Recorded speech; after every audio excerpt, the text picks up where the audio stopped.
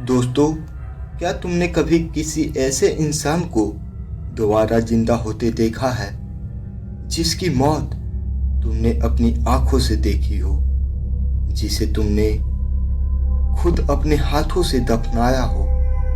ये कहानी है एक ऐसे शख्स की जिसने अपने सबसे अच्छे दोस्त को खो दिया, उसे दफनाया और फिर एक रात वो दोस्त वापस लौट आया।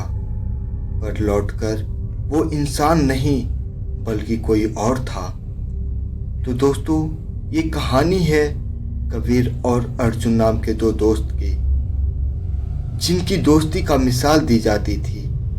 बचपन में एक साथ पढ़े, एक ही कॉलेज में गए, दोनों एक दूसरे के लिए कुछ भी कर सकते थे। कबीर एक अमीर परिवार से था, उसके पास सब कुछ था, पैसा, नाम, शोहरत। अर्जुन गरीब था, लेकिन उसका दिल सोने का था। कबीर ने हमेशा अर्जुन की हर मुश्किल में मदद की, उसकी पढ़ाई का खर्च उठाया, उसे अपने परिवार, अपने पिता का कंपनी में नौकरी दिलाया। लेकिन एक दिन ऐसा आया जब इस दोस्ती की असली परीक्षा हुई। कबीर की माँ का देहांत हो गया। वह बहुत उदास था। एक दिन उसने अर्जुन से कहा, यार, मुझे बहुत अकेलापन महसूस होता है। माँ के बाद घर में सन्नाटा है। अर्जुन ने कहा, चिंता मत कर, मैं हूं ना तेरे साथ। फिर एक दिन कबीर ने अर्जुन को अपने घर बुलाया। शाम को खाना खाया, बातें हुई, पुरानी यादें ताज़ा हुई। रात करीब 11 बजे अर्जुन ने कहा, चलता हूँ, सुबह ऑफिस जाने में लेट हो जाएगा। कबीर ने कहा, आज यहीं रुक जाना, बहुत दिनों बाद अच्छा लग रहा है मुझे। अर्जुन मान गया। रात को दोनों ने खूब बातें की, फिर सो गया। सुबह जब अर्जुन की नींद खुली तो उसने देखा कबीर अभी तक सो रहा था। उसने आवाज दी, कबीर उठ जा, देर हो रही है। कोई जवाब नहीं आया। अर्जुन ने उसे हिलाया तो उसके हाथ लगते ही उसकी चीख निकल गई। कबीर की शरीर बर्फ की तरह ठंडा हो गई थी और वह मर चुका था। डॉक्टर ने बताया कि यह हार्ट अटैक का शिकार हुआ है। इसे हार्ट अटैक आया था। कबीर की दिल की बीमारी थी। उसके बारे में वह किसी को भी नहीं बताया था। अर्जुन अंदर से टूट गया। अपने सबसे अच्छे दोस्त को खोना उसके लिए बहुत बड़ा सदमा था। कबीर के परिवार वाले ने अर्जुन को ही अंतिम संस्कार की सारी जिम्मेदारी दी। चिता जलाई गई, राख इकट्ठा की गई, गंगा में विसर्जन किया गया। अर्जुन ने खुद अपने हाथों से अपने दोस्त की अस्थियां गंगा में डाली। 1 महीना बीता। अर्जुन अब धीरे धीरे संभल रहा था, लेकिन फिर अजीब चीजें होने लगी। पहली रात अर्जुन को सपना आया। सपने में कबीर उसे देखकर मुस्कुरा रहा था। उसने कहा, अर्जुन, मैं वापस आऊंगा। अर्जुन की नींद खुली तो उसने देखा कि कमरे की लाइट जल रही थी। उसे यकीन था कि उसने लाइट बंद कर ही सोया था।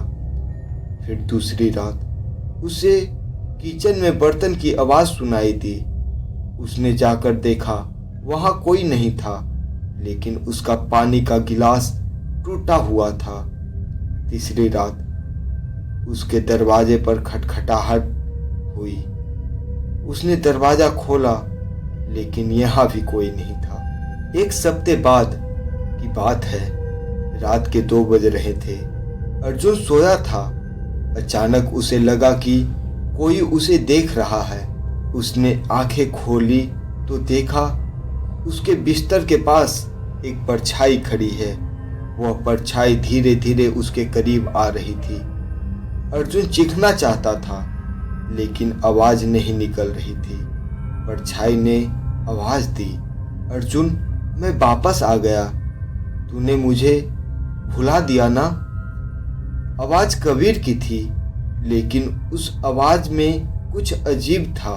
वह आवाज किसी इंसान की नहीं बल्कि किसी और की थी। अर्जुन ने हिम्मत करके पूछा, तू कौन है? कबीर तो मर गया, मैंने खुद उसे दफनाया था। परछाई हंसी, एक ठंडी खोखली हंसी। हाँ, तूने मुझे दफनाया था, लेकिन भूल गया कि मैं तेरा सबसे अच्छा दोस्त हूँ। मैं तुझे छोड़कर कहाँ जाऊँगा। फिर जो हुआ उसने अर्जुन की जिंदगी बदल दी। परछाई ने बताया कि असली कबीर तो मर गया, लेकिन उसकी आत्मा को शांति नहीं मिला, क्योंकि उसे लगता था कि अर्जुन उसे भूल जाएगा।